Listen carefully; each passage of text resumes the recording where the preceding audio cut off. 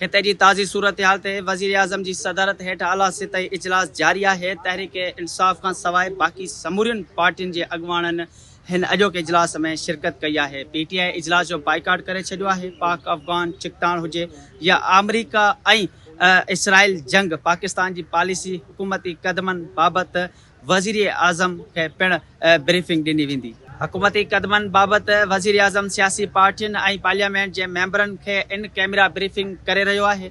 इहो इजलास वज़ीर आज़म हाउस में थी रहियो आहे। पीपल्स पार्टी, जमायत इस्लामी, क़ौमी मुतहदा ऐं जेका बलोचिस्तान अवामी पार्टी है उन समेत समूरियुनि सियासी पार्टियुनि अॼोके हिन इजलास में शिरकत कई है। समूरियूं पार्टियूं पंहिंजूं तजवीज़ूं जेके आहिनि वज़ीर आज़म आॾो पेश कंदियूं। अॼोके हिन इजलास में अस्करी आला क़यादत समेत जेके परॾेही वज़ारत जा जेके माहिर ऑफिसर आहिनि, आला ऑफिसरनि समेत परॾेही वज़ीर पिण शरीक थियो आहे। अॼोकी समूरी जेका सूरत हाल है मुल्की जंगी ऐं मुल्क की सिक्योरिटी सूरत हाल ते समूरो जेको आहे जाइज़ो वरितो वेंदो ऐं अॻिते जी जेका आहे उहा लाहे अमल जोड़ियो वेंदो।